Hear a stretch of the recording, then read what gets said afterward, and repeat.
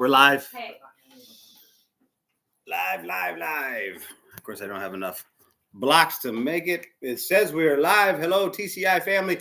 For those on the broadcast, we're not coming to you from the studio, so it's a little darker in the background. We're here at the Refuge in Marysville, have a church, so you're not going to see me talking to you. You're going to be talking to people out here. We're going to do a short meeting tonight, and it's a simple one, actually. And it's something that I feel that I have to take my nonprofit through. And then I started to look at it, my board, and ask questions. And then I realized, wow, I really got to do this through my whole firm. And that's everything. That's all. That's the men's home. That's all of you. That's every person, because every person's involved. And think of everything as a life, and your life included, as the Jenga game. You guys have all seen the Jenga game. It's like the side of this thing right here, right? And it's blocks, and you stack them, and you turn next three, or four, or whatever. You pull out one, you keep pulling, you try not. Well, that's life. That's life. See, what happens is, let's say we were all 18 years old. We started with a perfect record in life. No criminal backgrounds, no messed up lives. No one here was hurt or wounded by our past, right? No traumas. We're all what we would consider should be a perfect, flawless childhood and going into adolescence, and we're 18. You just got handed the Jenga block, complete. Now, what you do with that is up to you. Now, a lot of us, and I'll be the first to say it, has a messed up life. So my Jenga block, when it was handed to me at 18, was like, wow. And you could talk through the whole thing, and you're just looking at it going like, okay, this thing was like teetering, man. And I was just 18.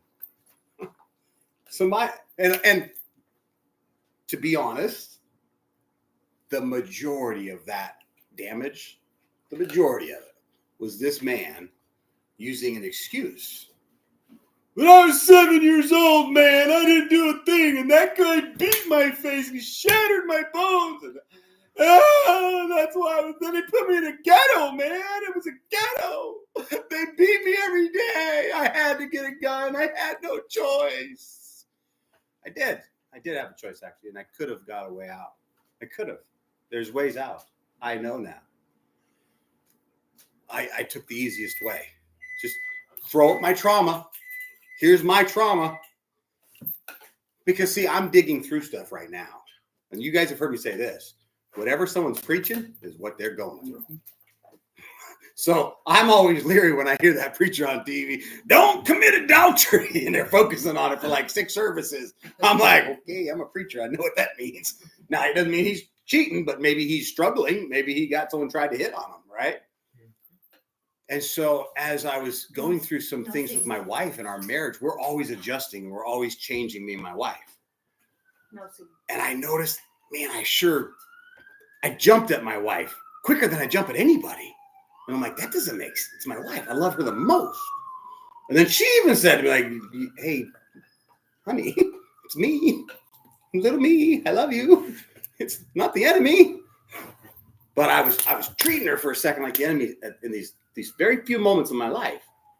In the first 4 years, it's not been flawless. It's been great. But we had this obstacle to overcome. And she had these little things that she was doing, and she's got to work on that. I'm not her ex, and she's not mine, right? And you work on these little things. It's not the big stuff. I don't worry about Miss Cece going out and cheating on me, and she doesn't worry about me going out and cheating on her. Doesn't even cross her minds. A lot of men have to say, honey, are you okay with me going to a place with another female from our company or from a project? I don't have to say that. My wife and me have a very strong relationship, and I don't have to worry about her. But what if people are always stressing over these kind of things, and you find yourself in this life with this Jenga? So think about your life as a Jenga today. I want you to think about that. And what you're trying to do is make it to the end standing.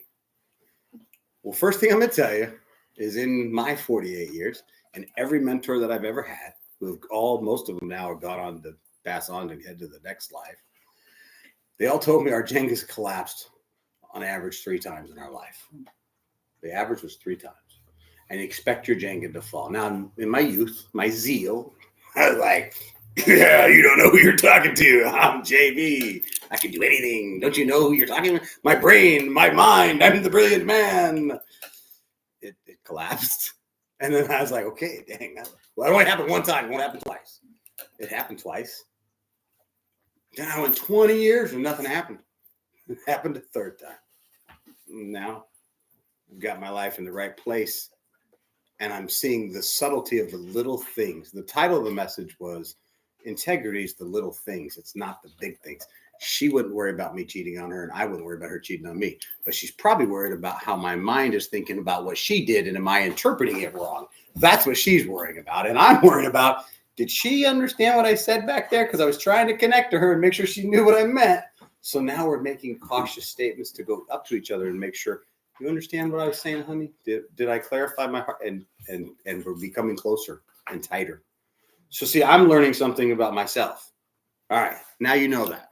So it started making me discover my company and everybody in it. And especially now that we're really thriving, and you guys all know it, we're taking off. We got money galore coming through the doors. We got people coming, expansions. People are, so critical to our firm, Mr. Shaw and others who are amazing people, Amanda, all these people who work with our firm and all the volunteer work and everybody, DJ, all you guys, everyone here, you're important. You're a piece of that Jenga of GCS is its own Jenga. And in there's Jonathan's Refuge. Jonathan's Refuge is the foundation of the Jenga.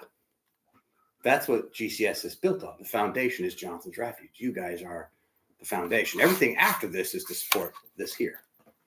And there's other clients. Gosh, we're now into hundreds. And so there's a lot of clients. And that's a lot to deal with therapy, with people who are being raped and murdered and threatened and all these horrible things. And it's like every client's at their horrible, most tragic moment. And it's like, oh, my Lord. See, I never have to worry about the big things. It's the little things. So I'm going to share some small things that I felt when I got out of prison and went into a men's home. I remember this house, I implemented a rule. And I remember one night I came home and I just finished 2 shifts, 8 hours each, so 16 hours. I was going through my cancer treatment. So I won't say his name, but the young man that lived here drove me to the hospital, hung out with me, and I was going to treatment. Come back, and then I would go do my 4-mile walk, and I did not care.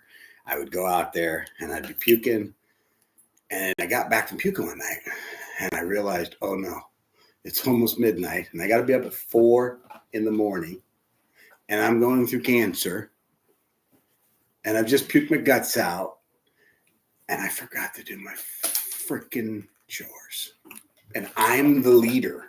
Me. I was the leader. And I said, men, we follow my example.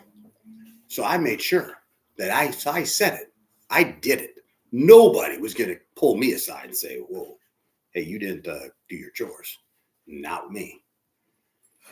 But that night, I chose not to. And the reason I did, I listened to weakness. Now, I can blame my friend. I can't. Because he's like, dude, take it easy. Not one person in this house is going to check you on that tomorrow. Nobody's going to check you. You got cancer. Pull the C card. And I looked at him and I was like, hell no, that ain't me. But then I actually bought into it. I sat down on a chair sitting right where you're at. The TV was right over here. And I did. I bought into it and I didn't do it. I didn't say anything and no one called me on it. And for almost a month, I couldn't get that out of my head. I couldn't get out of the head that I thought maybe the guys thought I did my job, but I didn't. And I mean, it weighed on me. And I went in and I asked for the group to have a house meeting. And I said, listen, I feel horrible about this. I didn't do my chores this night. And I was in tears over it because it weighed on me. Now, that wasn't the me from years ago, just so you know. The guy from years ago wouldn't have done that. That's what people say, right? Bullshit. Sorry for the language. That's why we say not rated for kids on the TV. Bullshit. I was that guy. That's why my underworld was so successful. If I said I wouldn't hurt someone, we didn't hurt him. If I said I was going to do something evil, we did it. They could count on that. I learned something as a boy. Your word is your word. Now, no one saw that act. One of the men that was in the room that day, his dad, or his dad works for us, Nick. I have tremendous, how do we say this, change with that man. So I can mess up a bunch. John Maxwell says if you mess up, but you have change with someone, like if I have change with one of my employees, like Cece has a lot of change with one of our staff members. If Cece makes a mistake, they're going to instantly, this person I know is going to go, no worries, Cece, I got your back. And Cece's going to reach in her pocket and give her change. It's a metaphor for I have covered up a lot of the mistakes you've done in your life, and I have been here for you. So I'm always here. That means when I make my mistakes, you're going to pay out, and each of you pay. The hope is you're not the person that exchanges so much that you end up reaching in and, I got nothing else to pay. That's when relationships end. It's the little things. It's not the big stuff. It's not, would my spiritual son rob me? Heck no. He has access to all kinds of stuff. Another spiritual son has access to my whole life on the computer. Could take all the money and run. Smart enough. He knows how to. He does the finances for one of the firms. Do I trust that? Absolutely. It's the little things. Did you say to me that you were going to do something at 5? Did you get it done? Did it matter? Probably doesn't. But the fact that you said you were going to do something and you didn't, that's a big thing. It should be to you. If it doesn't, and that doesn't resonate with you, then that's your signal something's wrong with you. And then you need to start looking at you saying, okay, I should feel, if I say I'm going to do something, I do it. That's one of the things that I admire about you, Paul. I admire that about you. If I've ever asked you, you've always done anything I say, I'll do that. I've never once had something you said you would do that you didn't do. You're a man of your word. When you're a man of your word, it's funny. I've had this question with Cece. Hey, babe, we got to get someone from the house over here. The first person she went to was the person who's never said he would do it and didn't do it. So he has such a track record with my wife and me that if I know he says something, I can leave and I don't have to worry. It can be done because he's never not done it. That's called a track record. And that's relationships.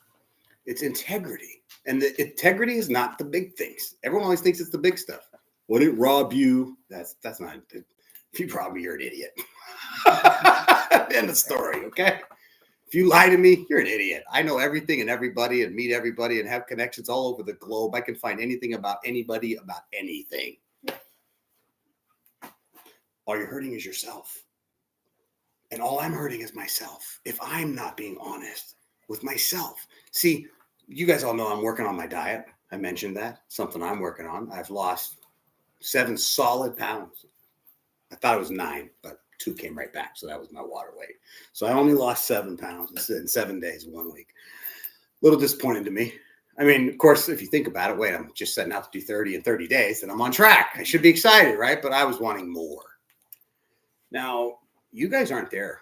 You don't see what I eat. You don't know if I'm eating ice cream. You don't. I tell you, I don't. Don't I, Shaw? Don't I say I don't eat ice cream? I can't eat that, Ty Shaw.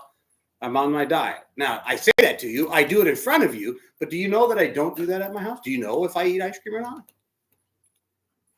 He says, I don't. Do you believe that I'm honest and tell you if I don't, I did? Absolutely. He says he believes me.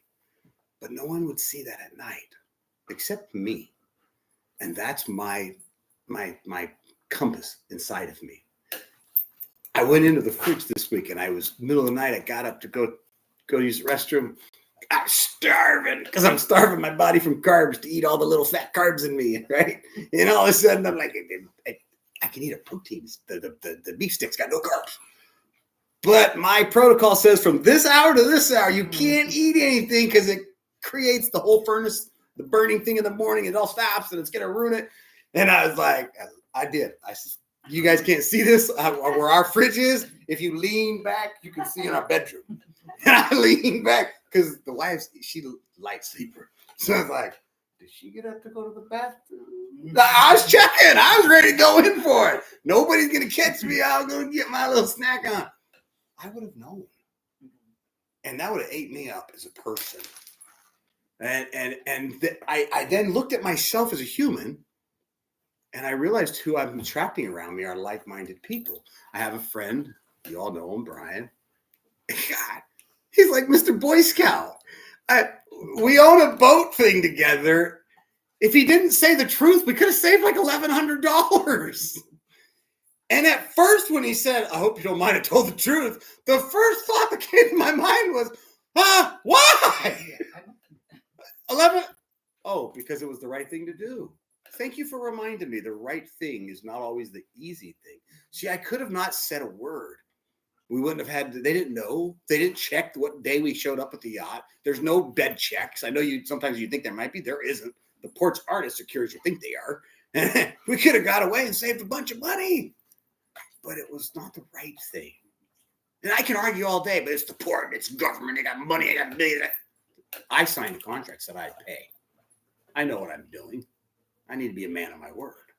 I need to be a man of integrity and a man of character. So the integrity is what we're speaking about tonight. Integrity should be a compass in your heart that you should know and feel guilty.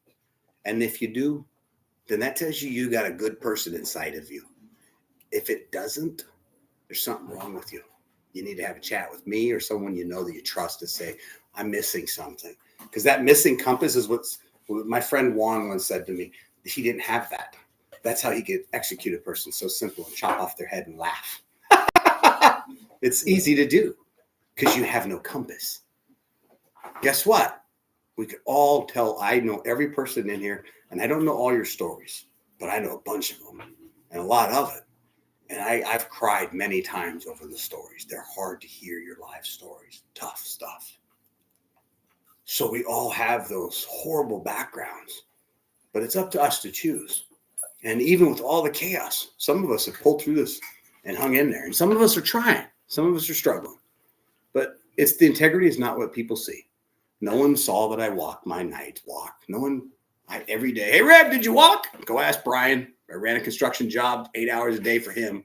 And I'd get to the job site. And, JB, this guy walks 4 miles right in the morning before he comes to work. And right when he gets home, he does a 4 at night. It's flicking. You don't know you don't. Yeah, I did. And no one knew except for me and a couple of the guys that lived here. But they wouldn't meet Brian and them. So if I didn't do it, they never knew. But here's the thing I learned about that kind of stuff. If you're the person that says it and you can get away with it, you can and you will. But eventually it catches up with you. Eventually it does. Caught up with me in my younger days. It just catches. And the sad part is it's usually when you're trying to make the right change in your life and you are like all there and this is behind you, but what you did was some bad stuff. And you've turned the corner and you're like, I did it all for this. And then you get busted, caught, lies, divorced, the whole world's falling apart. You lose your company because you ethically took money from an account. I have an account with one of the state programs. Dollar, penny to the cent has to be in an account, cannot be touched for anything else. If I move 1 penny, I create a felony, a crime. I have to be a man of integrity. My board has to trust me. People in the company have to trust. How do you trust? Well, that takes a lot of experience. And so those little thoughts, I want you to meditate on that. What's the little things in your life? I'm trying to lose weight. No one's going to look. Did I do my walk today? I didn't do my walk today, guys, just so you know. I didn't. I should have. I made excuses why I couldn't. I got a lot going on in my life, and that could be one reason. And there's some legit things that are going on. But at the end of the day, I didn't get my walk in. So I failed myself. I didn't fail you. I didn't fail the company. I didn't fail the church. I didn't fail my bishops. I didn't fail anyone outside. I only failed Jonathan Brown. I'm trying to help my heart get better, my stress levels get better. So you only fail yourself. The only person you're hurting is ultimately you. So if you want to learn to stop hurting yourself by changing your actions, look on inward, find out what those little things of integrity are, and then accomplish the little things. And here's the sad part. Nobody's going to see it, just so you know. And this is the part that's very important. It's true. 99% of the stuff will never be seen. 1% of it will be seen. You don't need to come up to me, hey, Rev, I did this, and you should know that. You don't need to do that. Not 99% of the time, no one's going to know what you did. 1% of the time, we'll see it, and we'll compliment it. And you'll get complimented when people see it, because they'll be like, great job. You did a really good job helping that lady. Thank you for helping that thing. You did a great job, Cam. So that's that 1% of the time. So why do you do it the rest of the time? I don't know if you have your quote memorized. Do you? You don't have to. You don't have to. I'll paraphrase it. My wife has a quote, And it's something like this. I live a life of integrity, not for anyone else's eyes, but for me and God, because I know that God and me know it, and that's all I need.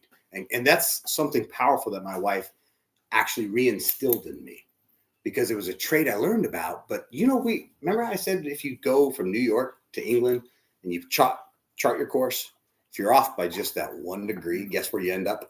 France. 1 degree off. And who drove a boat? You did, sir. And that yacht you drove from Bellingham, when you drove our yacht, were you not doing this the whole time? Just course. You're just literally adjusting course nonstop. Oh, you're off course.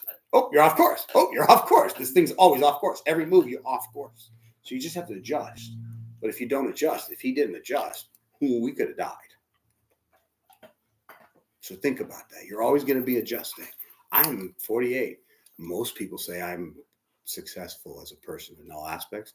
I am just like you, still working on things. Some of the basics got down, some good ones, some bad, but I'm just like you, working on my problems. We all have them. But integrity, if you can't have that integrity, you might as well not even continue to try to strive until you can get that, because that's got to be your foundation. It starts from there. My coach, he was a great McPherson, not Pearson like my dad, McPherson. He was a great fighting coach, and he did old school. So we used to have to go in New England and carry logs on our shoulders. You guys have seen this in TV shows and movies, and they act. Well, that's real-time stuff, and you had to walk through 2 to 3 feet of snow. And the purpose is it's awkward with this log on your neck. It's lopping you over, and your balance is what it trains. So it's about training balance. So that's why they use that big log thing. And old man McPherson, he tortured us, we thought. He didn't. He prepared us to be great fighters. And in those days, I look back at some of that, and he used to say, and I remember this, now you do your workout tonight at 9 o'clock. And I'd be like, can I just do it now, coach? And you're here? And he's like, nope, because I want you to have to do it when no one's looking. And I'll know if you do it. How would you know? You're not here. You live like 8 blocks away, and you don't even leave once you get back to the house. And he goes, I'll know because when you fight this weekend, if you win and if you lose, I still will know because I can see what I told you to work on. And if you didn't do the workout, you didn't work on it, and you're not going to succeed in that part of your jab that I taught you about, and you'll lose. Or you might even win, but I'll still know you didn't do the workout. I was like, man, that's like God. And the old man always knew.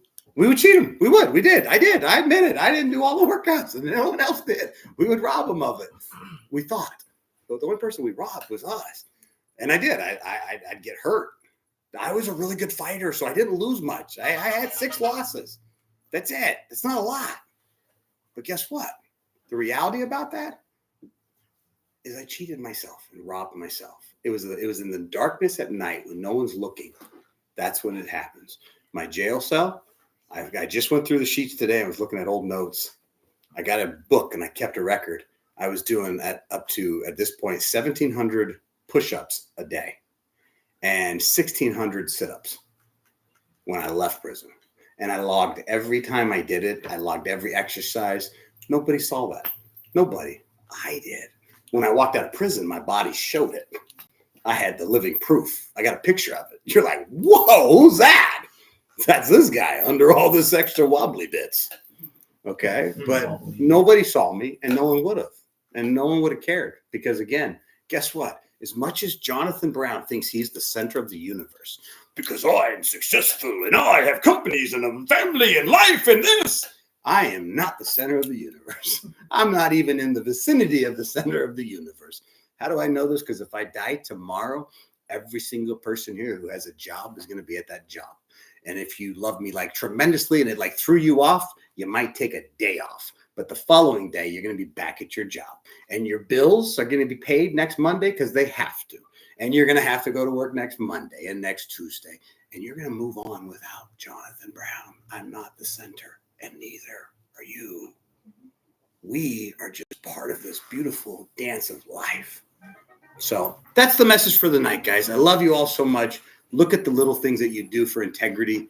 And I think the church, again, we're going to take a couple minute break here at the refuge, guys. And